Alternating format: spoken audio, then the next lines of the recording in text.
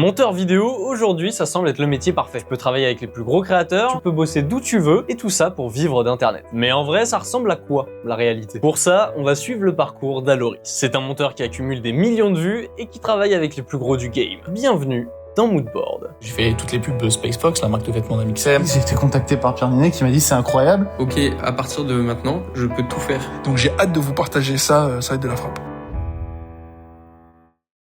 Aujourd'hui, Aloris s'est clairement installé, mais avant d'en arriver là, son parcours a été, disons, plutôt original. J'ai acheté cette île en Thaïlande pour la finale de la Hashmiao. Ouais. La faille temporelle. Et oui, aujourd'hui avec Seb et Sofiane, on devient des agents du temps. Les gars, je suis trop content de vous voir, mais peut-être pas dans les bonnes conditions là.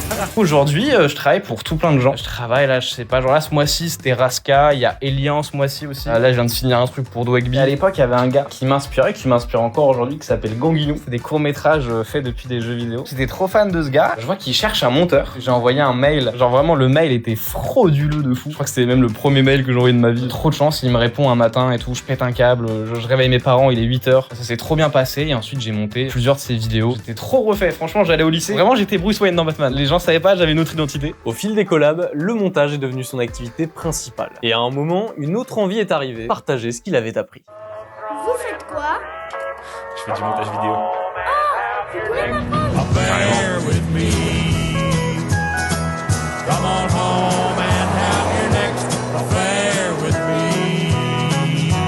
J'ai fait la rencontre du coup de Sam et de Magine, avec qui je suis toujours. C'est vraiment les frérots avec qui on a monté Editing 360. Tout un tas de formations. Promettre d'aller à Bali, de gagner je ne sais combien d'euros par mois avec ça. Notre objectif, c'était vraiment de bousculer un peu le marché, en tout cas de ramener un peu une forme de réalité dans le truc. En vrai, c'est dur déjà, en vrai, c'est super dur. Il y a tout un tas de trucs à apprendre. Sur Editing, il y a entre 30 et 40 heures de cours. Ça n'a aucun sens parce qu'il y a tellement de choses à dire. Aujourd'hui, c'est vraiment un métier. Et très vite, le projet a pris une autre dimension. Ça s'était transformé en un événement encore plus ambitieux, pensé pour toute une nouvelle génération de créateurs, l'EditingCon. Et si on existait ailleurs que derrière un écran? Et si on sortait de l'ombre pour se rassembler, échanger et apprendre tous ensemble? En fin de compte,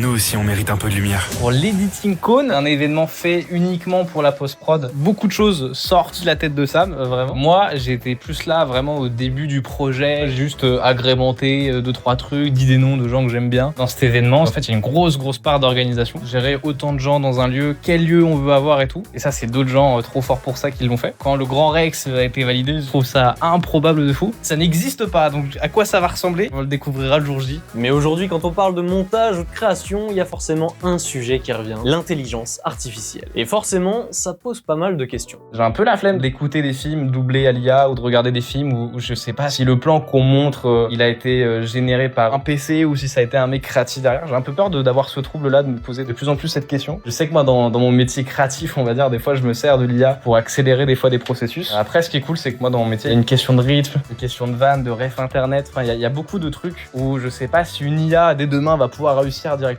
à tout capter. Mais j'aurais vraiment, sincèrement, trop la flemme d'appuyer sur un bouton et que tout se fasse à ma place. Au final, peu importe les IA, les outils, les tendances, on s'en fout, ce qui compte, c'est son cœur et c'est lui qui le guidera vers la suite. Ça serait une vraie réussite de vie, je pense, de taffer qu'avec des gens que j'aime bien. Taffer que sur des projets où je suis vraiment à 100% dedans, où je serais trop fier dès que ça sort. En vrai, c'est assez souvent le cas, de plus en plus même, donc je suis trop content. Et puis sinon, non, mais pourquoi pas peut-être un jour faire mes propres vidéos à moi. Pas spécialement faites pour YouTube ou autre, juste un truc qui me tient à cœur. Merci infiniment à Aloris pour ce partage. Tous ses réseaux sont en description. Likez, abonnez-vous ou encore boostez cette vidéo. Il y a le nouveau bouton juste à côté des commentaires. Sur ce les amis, je vous dis à bientôt dans un prochain Moodboard.